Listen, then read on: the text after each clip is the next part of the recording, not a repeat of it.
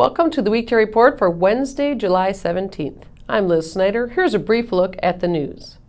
A 37-year-old female passenger of a vehicle struck Tuesday night at Highway 165 on 120th Avenue in Pleasant Prairie was pronounced dead shortly after she was flown to Freighter Hospital in Wauwatosa.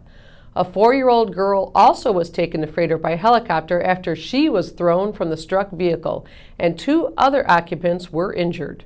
The driver of the truck that struck the SUV was not injured and was taken into custody for homicide by negligent use of a vehicle. He is expected in court today. Janine Anderson went out to Paris Tuesday to check on the status of the horses rescued from Hidden Lake stables. Here's her report. We are here today at Stonehenge Farms in the town of Paris, where the horses that were removed from Hidden Lake stables in April have been kept. Of the 23 horses that were taken originally, only 7 remain. Adoptions are pending for 2 of them, and they should be gone within the week. The other 5 are still available. People have expressed interest, but they are still accepting applications for those horses. Robert Melby, owner of Claws and Paws, has been caring for the horses since they were brought here. He said the adoption process has been going well. It's been going better than some of us has expected, especially with today's economy and such. We had worried that there wouldn't be much room out there for these horses as far as people being able to be responsible and afford them, know that they can take care of them or whatnot. But we've had enough people step up and offer to place these guys at a nice home for the rest of their lives. So it's been going real well. For the Kenosha News, this is Janine Anderson reporting. Thanks, Janine. Carrying signs calling for passage of comprehensive immigration reform, members of Congregation United to Serve Humanity conducted a prayer vigil Tuesday afternoon in front of Congressman Paul Ryan's Kenosha office. Sandy Milligan, chairwoman of the Cush Immigration Task Force, said they picked the location because Ryan supports such legislative reform. The group prayed for Ryan and other Washington leaders to move forward with reforms and for people to welcome immigrants and undocumented workers among us, according to religious teachings. County residents got another chance Tuesday to talk to state officials about a plan to build a roundabout at the intersection of Highways 45 and K. The state plans to rebuild the intersection in 2017 with a roundabout expected to replace the 4-way stop. The state settled on the roundabout concept as the best way to reduce T-bone collisions at the intersection, which has been one of the most dangerous in Kenosha County. An open mic block party downtown Tuesday night benefited the Boys and Girls Club of Kenosha.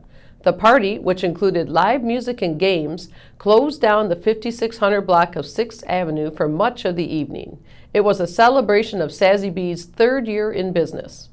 Puzzles have become a favorite pastime at a Kenosha nursing home. At Regent Manor, residents Helen Merrick and Dorothy Gilmore have together assembled 40 of them since last July. Their works have become the centerpiece of a puzzle room that residents and staffers say has become a center of activity at the home.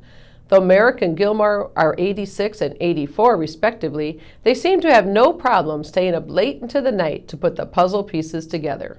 What's trending today? Abounding roundabouts. The state is talking about installing another roundabout in Kenosha County in 2017, replacing the dangerous intersection of Highways 45 and K. Others have been put in place in Bristol, Kenosha, Pleasant Prairie, and Summers. Do you think they're a safe, useful alternative to traditional intersections? Weigh in on our Facebook page. Up next is Dave Marin with a sports take. It's that time of year again. I'm Kenosha News sports editor David Marin with a sports take. Kenosha just completed its single-day Bike Fest with food, folks, and spokes, but the cycling goes on at the Washington Park Velodrome. Tuesday nights until August 27th, the 85-year-old track, the longest continuously operating velodrome in the country, hosts some of the top cyclists from around the area and a few marquee races. Next week, the annual Mayor's Cup race highlights the schedule.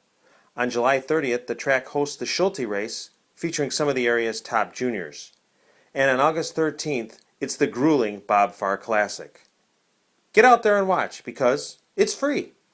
I'm Kenosha News sports editor David Marin, and that's a sports take. Thanks, Dave. Now here are a couple stories we're working on. Ian Thibodeau is putting together a piece on a Kenosha 8-year-old's trip to Washington for a national diabetes lobbying event, and Jill Roselle is headed to the Silver Lake Village Board where the debate over rescue squad services could finally end. Pick up a copy of the Kenosha News and check kenoshanews.com for all the details on these stories and more. I'm Liz Snyder with the Weekday Report.